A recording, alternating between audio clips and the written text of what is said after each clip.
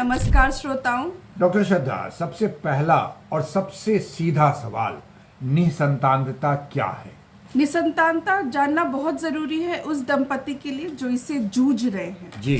निसंतानता कहते हैं वैसे दंपति को जो पिछले 1 साल से कोशिश कर रहे हैं बिना किसी गर्भ निरोधक के और उन्हें बच्चा नहीं हो पा रहा है, तो वैसे दंपति को कहा जाता है कि वो निसंतानता से जूझ रहे हैं। लेकिन कोई दंपति जहाँ की महिला का उम्र 35 ईयर्स से ज्यादा है, तो वहाँ हम लोग 1 साल रुकने के लिए नहीं बोलते हैं 6 महीना तक ही कोशिश करें।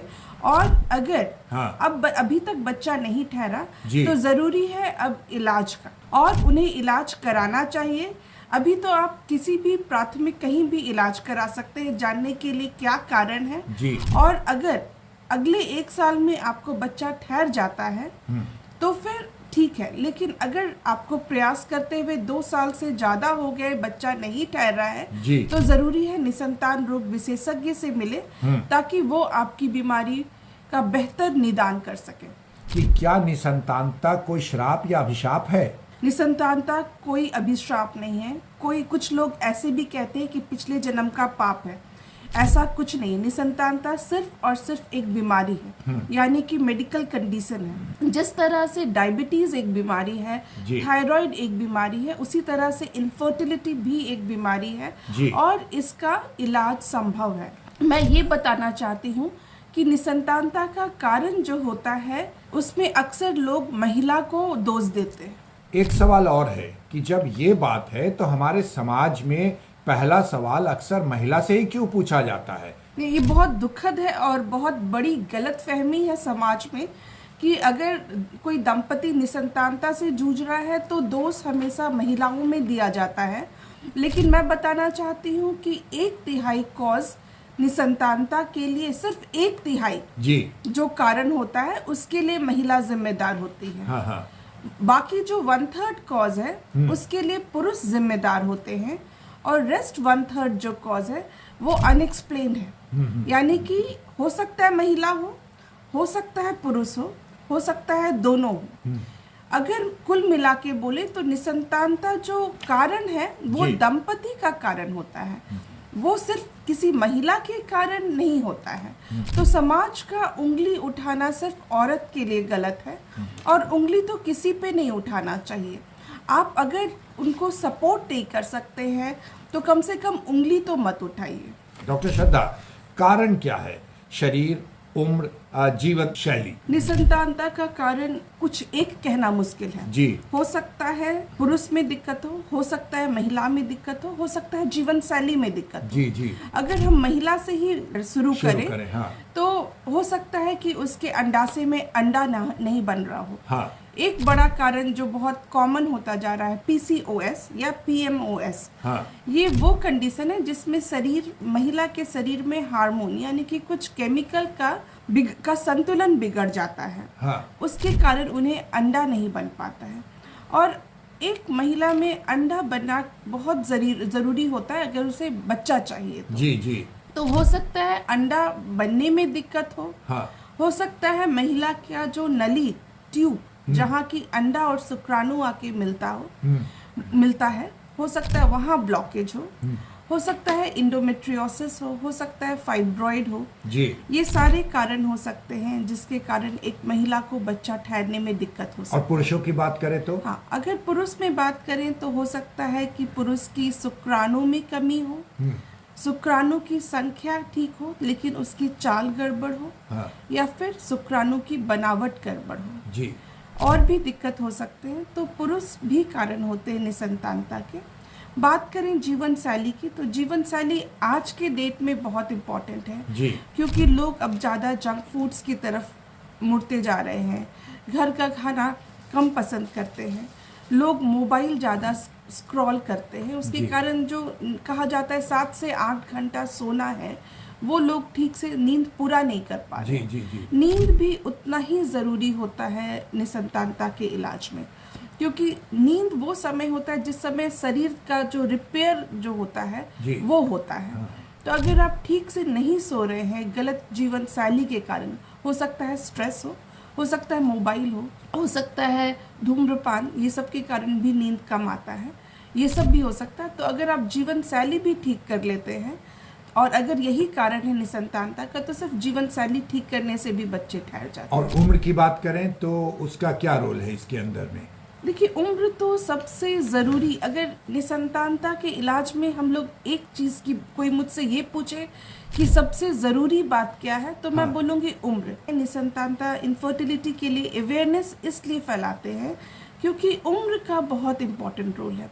वैसे दंपति जिनको बच्चा चाहिए वो ये जान लें कि जैसे जैसे उम्र निकलता है उस दंपति का प्रजनन शक्ति क्षमता जो होता है वो घटता जाता है। जी। आप ये भी समझ सकते हैं, जो एक औरत जब एक बच्ची जब जन्म लेती है तो उसके अंडाशय में जो अंडा होता है वो फिक्स्ड होता है और हर मासिक के साथ वो अंडा का जो नंबर है वो घटता जाता है, यानी कि हर मासिक में करीब 1000 अंडा घटता है। और जैसे जैसे वो घटता चला जाता है और एक समय वैसा भी आता है जब मासिक खत्म हो जाता है।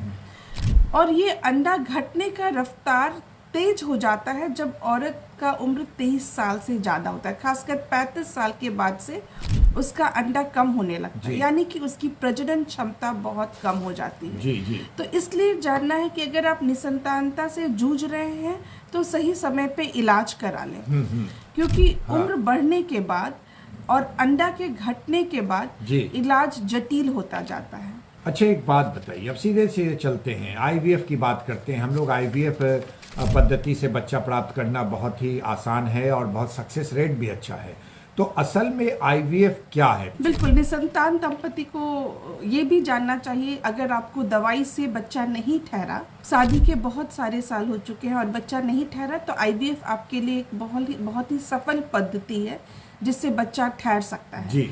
और इसका सक्सेस रेट डिपेंडिंग कि उस दंपति को क्या दिक्कत है 50 से 60% भी हो सकता है। देखिए, आईवीएफ में सबसे पहले तो कुछ जांच करते हैं और ये जो प्रक्रिया है वो यूजुअली मासिक के दूसरे दिन से शुरू होता है। औरत को 10 से 12 दिन सुई पड़ता है और उसके बाद जब अंडे बन जाते हैं तो बेहोश करके उनसे अंडा निकाल लिया जाता है और इस प्रोसेस में कहीं भी किसी को दर्द नहीं होता है, क्योंकि बहुत सारा मिथ है समाज में कि आईवीएफ बहुत पेनफुल होता है, ऐसा नहीं है। और जब अंडे निकाल के उसको पुरुष के शुक्राणु से, यानी कि उसके पति के शुक्राणु से मिला के भ्रूण बनाया जाता है। निसंतानता में सबसे ज़्यादा दिक्कत ये होता है कि भ्रूण नहीं बनता है, तो आईवीएफ इस चीज़ को बाईपास करता है, यानी कि भ्रूण हम लोग अपने आईवीएफ लैब में बनाते हैं और वो उसी तरह से स्वच्छ होता है जिस तरह से माँ का गर्भ स्वच्छ होता है। और उसके बाद जब भ्रूण बन जाता है तो माँ के गर्भ में जब लाइनिंग परत बन जाती है बच्चेदानी की, तो माँ के गर्भ में डाल दिया जाता है। यानी कि जिस कारण चाहे पुरुष में हो या कारण चाहे महिला में हो, अल्टीमेटली ये है कि उस औरत के गर्भ में भ्रूण नहीं बन रहा है। तो वो भ्रूण जो है हम लोग अपने आईवीएफ लैब में बनाते हैं और माँ के गर्भ में डाल देते हैं ताकि उनको बच्चा ठहर जाए और यही बच्चा 5 दिन का बच्चा डाला जाता है और 9 महीने तक ये माँ के गर्भ में रहता है। क्या आईवीएफ से उत्पन्न बच्चा जो है ना, वो नॉर्मल बच्चे की तरह होता है? बिल्कुल, आईवीएफ से जितने भी बच्चे हैं वो बिल्कुल नॉर्मल होते हैं। इतिहास गवाह है इसके लिए। मैं बोलूँ तो पिछला 50 साल से हम लोग देख रहे हैं कि बहुत सारे बच्चे आईवीएफ से हुए हैं और विश्व की पहली जो आईवीएफ लड़की जो लुईस ब्राउन आज करीब 50 साल की हो रही है, वो बिल्कुल सामान्य है बाकी महिलाओं की तरह और उनको अपना बच्चा खुद से हो चुका है, नॉर्मल वे में हुआ है, उनको कोई आईवीएफ की जरूरत नहीं पड़ी। इतना ही नहीं, मैं ये भी बताना चाहूंगी कि कितने सारे बिजनेसमैन, बहुत सक्सेसफुल इंडिया के जो बिजनेसमैन हैं, वो सारे आईवीएफ बच्चे हैं। बहुत सारे फिल्म स्टार्स, उनके बच्चे आईवीएफ से हैं।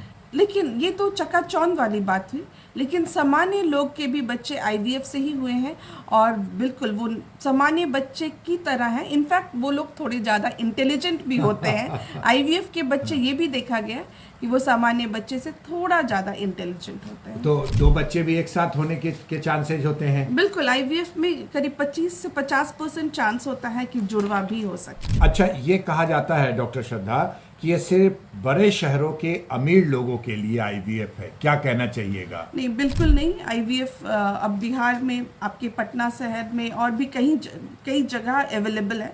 लेकिन आपको ये जानना होगा कि आप जहाँ भी इलाज करा रहे हैं, क्या वो सरकारी एआरटी नियम का पालन करता है? जी। यानी कि मान्यता प्राप्त केंद्र में आप अपना इलाज कराएं, और ये सबों के लिए अब अवेलेबल है। नमस्कार।